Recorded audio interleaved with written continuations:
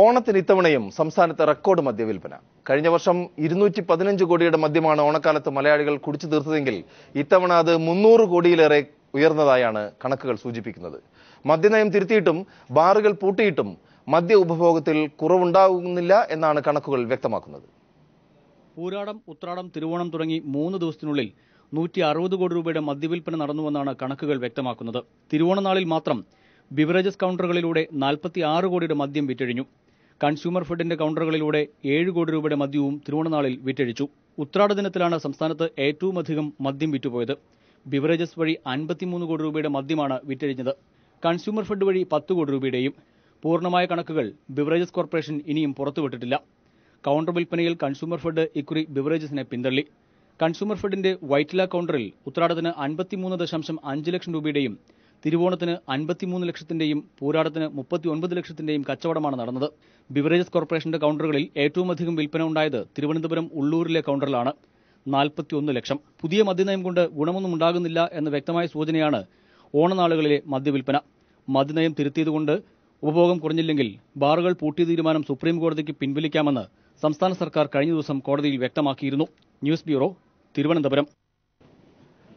ഈ വിഷയം നമ്മൾ ചർച്ച ചെയ്യുമ്പോൾ നമ്മുടെ അതിഥികളായി എത്തിയിരിക്കുന്നത് CPIM സംസ്ഥാന സെക്രട്ടേറിയറ്റ് അംഗം ശ്രീ ആനത്തലോട്ടം ആനന്ദൻ, അതോടൊപ്പം യൂത്ത് കോൺഗ്രസിന്റെ മീഡിയ സെൽ പ്രവർത്തകനും യൂത്ത് കോൺഗ്രസ് നേതാവുമായ അഡ്വക്കേറ്റ് BRM ഷഫീർ, രാഷ്ട്രീയ നിരീക്ഷകനായ ശ്രീ ഫക്രുദ്ദീൻ അലി, അതോടൊപ്പം സാമ്പത്തികാര്യ വിദഗ്ധയും സാമൂഹ്യ പ്രവർത്തകയുമായ ശ്രീമതി മേരി ജോർജ് എന്നിവരാണ്.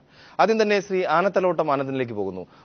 കേരളം മുൻ വർഷങ്ങളെ അപേക്ഷിച്ച് ഇത്തവണ ഓണാഘോഷം ആരംഭിക്കുമ്പോൾ ഒരു മദ്യനയം ഉണ്ടായിരുന്നു.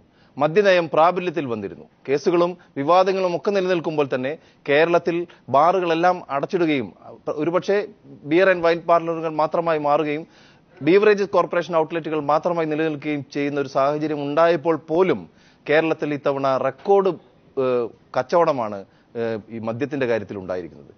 കേരളത്തിൽ ഇത്തരമൊരു സാഹചര്യം നിലനിൽക്കുമ്പോൾ മലയാളികൾ മദ്യം വിട്ട് ഒരു ഓണാഘോഷത്തിനില്ല എന്ന് വീണ്ടും തെളിയിക്കുന്നു.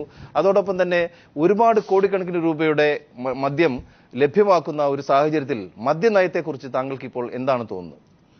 ഗവൺമെന്റ് കൊണ്ടുവന്ന മദ്യനയം ഒരു പരാജയമായിരുന്നുവെന്ന് ഗവൺമെന്റിനെ തന്നെ പ്രമുഖരായ ചില നേതാക്കന്മാർ പറയുകയുണ്ടായി. ഉദാഹരണത്തിന് ശ്രീ AK ആന്റണി, അദ്ദേഹം കോൺഗ്രസിന്റെ ദേശീയ നേതാവാണ്. AK ആന്റണി പറഞ്ഞത് 30% വീടുകൾ ഇപ്പോൾ ഏതാണ്ട് ഒരു ബാറായിട്ടുണ്ടെന്നാണ്. ഇതുവരെ അദ്ദേഹം പലതും പറഞ്ഞിട്ട് മാറ്റി പറയാറുണ്ട്, പക്ഷേ ഇത് അദ്ദേഹം മാറ്റി പറഞ്ഞിട്ടില്ല. ഈ അടുത്ത ദിവസം വീണ്ടും പറയുകയുണ്ടായി, മദ്യത്തിൻ്റെ ഉപഭോഗം കൂടിയിരിക്കുകയാണ്. സ്കൂളുകൾ, കോളേജുകൾ, അവിടെയൊക്കെ ഈ ന്യായമായി സർക്കാർ വിതരണം ചെയ്യുന്ന മദ്യം കിട്ടാത്തതുകൊണ്ട് ചരസും കഞ്ചാവും മറ്റ് പല ലഹരി പദാർത്ഥങ്ങളും ഉപയോഗിച്ച് സമൂഹമാകെ ഒരു വിഷമവൃത്തത്തിൽ ചെന്നപ്പെട്ടിരിക്കുകയാണെന്നാണ് അദ്ദേഹത്തിൻ്റെ ഒരു അഭിപ്രായം. വിൽപ്പനയുടെ കാര്യം ഇവിടെ സൂചിപ്പിക്കുകയുണ്ടായി. കഴിഞ്ഞ വർഷത്തേക്കാൾ 460 കോടിയോളം രൂപ ഗവൺമെന്റ് കൂടുതൽ വരുമാനം കിട്ടിയിട്ടുണ്ട്. ബെവറേജസിന്റെ ഔട്ട്ലെറ്റിൽ 10 ലക്ഷം 12 ലക്ഷം രൂപ വിൽപ്പന നടന്നിടത്ത് ഇപ്പോൾ 40 ലക്ഷം 45 ലക്ഷം രൂപയൊക്കെയാണ് ഒരു ഔട്ട്ലെറ്റിൽ വിൽപ്പന. അതിൽ പണിയെടുക്കുന്ന തൊഴിലാളിയാണെങ്കിൽ അവന്റെ നട്ടൽ ഒടിയുന്ന വിധത്തിൽ അടച്ചിട്ട് പോകാൻ നിവർത്തിയില്ല. ആളുകൾ ഇങ്ങനെ ക്യൂ നിൽക്കുന്ന അവസ്ഥയാണ്. ഇപ്പൊ കോടതിയുടെ ഒരു വിധി വരാൻ കാത്തിരിക്കുകയാണ്. 5 സ്റ്റാർ ഹോട്ടലുണ്ട്. ആളുകളുടെ അവരുടെ പൈസയുടെ ചെലവ് വർദ്ധിച്ചെന്നുള്ളല്ലാതെ ഉപഭോഗം കുറയുന്നില്ല. ചെലവ് കൂടിയിട്ടുണ്ടതിനെല്ലാം ടാക്സ് വർദ്ധിപ്പിക്കുന്നുണ്ട്. അതേപോലെ തന്നെ 5 സ്റ്റാർ പോയി കുടിക്കണമെങ്കിൽ അതിൻ്റെ ഉയർന്ന വില കൊടുക്കണം. 2 സ്റ്റാർ 3 സ്റ്റാർ 4 സ്റ്റാർ ഒക്കെ നിർത്തലാക്കി. ഇതിന്റെ ഫലമായി കേരളത്തിൽ മദ്യവിഭവം കുറഞ്ഞിട്ടില്ല. കണ്ടമാനം സ്പിരിറ്റ്, കള്ളക്കടത്തിലൂടെ സ്പിരിറ്റിൽ വരുന്നു. കൂടെ എക്സൈസുകാർ പിടിക്കാറുണ്ട്. പിന്നെ ഇവിടെ വാറ്റ് പലയിടത്തും ആരംഭിച്ചു. അതും പോലീസും എക്സൈസും പോയൊക്കെ തടസ്സപ്പെടുന്നുണ്ട്. സ്വാഭാവികമായും ഒരു സ്വിച്ച് ഓഫ് ചെയ്തതുപോലെ തുടർന്ന് വന്ന മനുഷ്യനുണ്ടായ കാലം മുതൽ ശീലിച്ചു വരുന്ന ഒരു ശീലത്തെ മാറ്റി തീർക്കാൻ സാധിക്കില്ല. ഉപഭോഗം കുറയ്ക്കാനുള്ള എല്ലാ നടപടികളെയും നമുക്ക് എടുക്കണം, സ്വാഗതം ചെയ്യാവുന്നതാണ്. അന്തരീക്ഷത്തിൽ സ്ത്രീകൾക്ക് സുരക്ഷിതത്വം വർദ്ധിച്ചു. ജനങ്ങൾ, ചെറുപ്പക്കാരുടെ ആരോഗ്യനില പണ്ട് ചാരായ നിരോധന സമയത്തും ഇത്തരം അവകാശവാദങ്ങളും ന്യായങ്ങളും ഉയർത്തിയിരുന്നു. ഇടതുപക്ഷ ഗവൺമെന്റ് തുടർന്ന് അത് ചാരായം നിരോധിച്ചത് പിന്നീട് റീഇൻസ്റ്റേറ്റ് ചെയ്തില്ല. എങ്കിൽ പോലും അത് സാമൂഹ്യപരമായ വല്ലാത്ത മാറ്റമൊന്നും കേരളത്തിൽ ഉണ്ടാക്കിയതായിട്ട് ഒരറിവും നമുക്കില്ല. നമുക്ക് നന്നായി അറിയാമല്ലോ, എല്ലാവർക്കും അറിയുന്നതല്ല. ചാരായം നിരോധിച്ചപ്പോൾ പകരം അപ്പോഴാണ് ഈ ബെവറേജ് കോർപ്പറേഷൻ വരികയും സർക്കാർ തന്നെ ഔട്ട്ലെറ്റുകൾ എല്ലാ പഞ്ചായത്തിലും തുടങ്ങി പകരം സബ്സ്റ്റിറ്റ്യൂട്ട് വിതരണം നടത്തി. വിഷം കഴിച്ച് മരിക്കാതിരിക്കാൻ സർക്കാർ അവരെ ക്വാളിറ്റിയുള്ള ലിക്കർ കൊടുക്കാനായിട്ട് തീരുമാനം. അതിന്റെ ഫലമായിട്ടാണ് അന്ന് പിടിച്ചു നിന്നത്. ഇപ്പം അതും കൂടെ പൂട്ടിക്കഴിഞ്ഞാൽ വിഷമദ്യമല്ലാതെ വേറെ എന്താ മാർഗം? ആളുകൾക്ക് സ്പിരിറ്റ് കൊണ്ടുവരുന്നത് 4 അണ സർക്കാരിന്റെ ടാക്സ് കിട്ടൂല, അവരെല്ലാം വെട്ടിക്കാൻ. ഒരുപാട് മാറ്റങ്ങളുണ്ടായി കേരളീയ സമൂഹത്തിൽ. നിയമസഭയിൽ വെച്ച കണക്കാണ്, ഞാൻ പറയുന്ന കണക്കല്ലേ ഇത്? അല്ല, നിയമസഭയിൽ വെച്ച കണക്കെന്ന് പറയുന്ന കണക്കിന്റെ മിക്കവാറും കപിൽ സിബൽ കൊടുക്കുന്ന അഫിഡവിറ്റിൽ ഈ മദ്യനയം ശരിയാണെന്ന് സമർത്ഥിക്കാനുള്ള കണക്കല്ലേ പറയാനൊക്കൂ. അതല്ല ഇത് പൊളിഞ്ഞു. എന്നിട്ട് സുപ്രീം കോടതിയിൽ തന്നെ എന്റെ പരാമർശനം വന്നത് എന്താ? ഈ മദ്യനയത്തെക്കുറിച്ച് നേരത്തെ പറഞ്ഞല്ലോ കമന്റ്, ഞാൻ അതിലേക്കൊന്നും കടക്കുന്നില്ല. പക്ഷേ ഇദ്ദേഹത്തിന്റെ എന്റെ സ്നേഹത്തിന്റെ നേതാവ് തന്നെ KPCയുടെ ഔദ്യോഗിക വക്താവ് അജയ് തറയിൽ എന്താ പറഞ്ഞത്? ഈ കേസ് തോക്കാൻ പോവുകയാണ്. അല്ല, ഈ കേസിനകത്ത് ഇതിനകത്ത് ബാർ ഉടമകൾ കാശ് പിരിച്ച് ജഡ്ജസിന് കൊടുത്ത് പക്ഷെ ഒരുപക്ഷെ കോടതിയുടെ വിധി അങ്ങനെ വന്നാൽ ജഡ്ജിമാർക്ക് കാശ് കൊടുത്താണ് വരുത്തി തീർക്കുക എന്നൊരു മുൻകൂർ ജാമ്യം എടുക്കലാണ്. അതല്ല, ഏത് പൊട്ടക്കണ്ണനും മനസ്സിലാകുമല്ലോ കുറെ ആൾക്ക് ഇതെല്ലാം നടത്താം. സർക്കാരാണ് ഈ വിൽപ്പനയുടെ ഏറ്റവും സിംഹഭാഗവും വിൽക്കുന്നത്.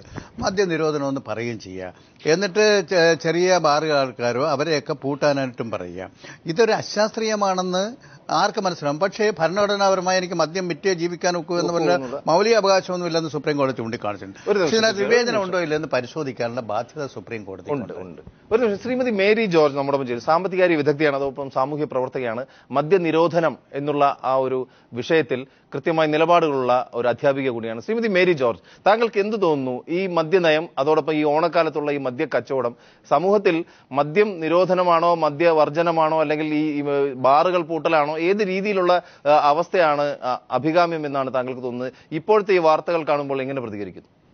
അതായത് ഒന്നാമതായിട്ട് മദ്യ നിരോധനം കൊണ്ട് സത്യസന്ധമായി പറഞ്ഞാല് ഒരു സാമൂഹ്യ വിപത്തിനെ ഇല്ലാതാക്കാൻ പറ്റില്ല. കാരണം എന്താന്ന് വെച്ചാല് ഒരു നിയമം കൊണ്ടുവന്നത് കൊണ്ട് മാത്രം ഈ ഒരു രംഗത്ത് നിന്ന് ആരും വിട്ടുനിൽക്കില്ല. ഈ സാമൂഹ്യ ദുരന്തം ഇല്ലാതെയാക്കാനാവില്ല. മറിച്ച് ഇപ്പൊ നേരത്തെ നിങ്ങൾ സംസാരിച്ചപ്പോ തൊട്ടു മുൻപ് സംസാരിച്ച ആള് പറഞ്ഞല്ലോ, അതായത് വിൽപ്പന വർദ്ധിച്ചത് കൊണ്ടല്ല, വില വർദ്ധിച്ചത് കൊണ്ട്, പിന്നെ അതുപോലെ നികുതി അദ്ദേഹം പറഞ്ഞതിലെ കാര്യമുണ്ട്. ഞാൻ പറയാൻ പോകുന്ന എന്താണെന്ന് വെച്ചാല്, അതായത് നമ്മൾ ഈ മദ്യനിരോധനം കൊണ്ടുവരുന്നതിന് തൊട്ട് മുൻപുണ്ടായിരുന്ന കാലഘട്ടവുമായിട്ട് താരതമ്യപ്പെടുത്തുമ്പോൾ വരുമാനത്തിലും വിൽപ്പനയിലും വർധനവ് ഉണ്ടായിട്ടുണ്ടെങ്കിൽ അതിന്റെ പ്രധാനപ്പെട്ട കാരണം ഇതിനു മുൻപ് ഈ നിരോധനം വരുന്നതിന് മുൻപ് വലിയ തോതില് അണ്ടർ റിപ്പോർട്ടിംഗ്, അതായത് പ്രൈവറ്റ് ബിവറേജസ് പിന്നെ വിൽപ്പനശാലകള് അവരുടെ റിപ്പോർട്ടിംഗ് നികുതി വെട്ടിക്കാൻ വേണ്ടി വലിയ തോതില് അണ്ടർ റിപ്പോർട്ടിംഗ് നടത്തിയിരുന്നു. അതുകൊണ്ടാണ് വിൽപ്പന കുറവായി കാണിച്ചിരുന്നത്.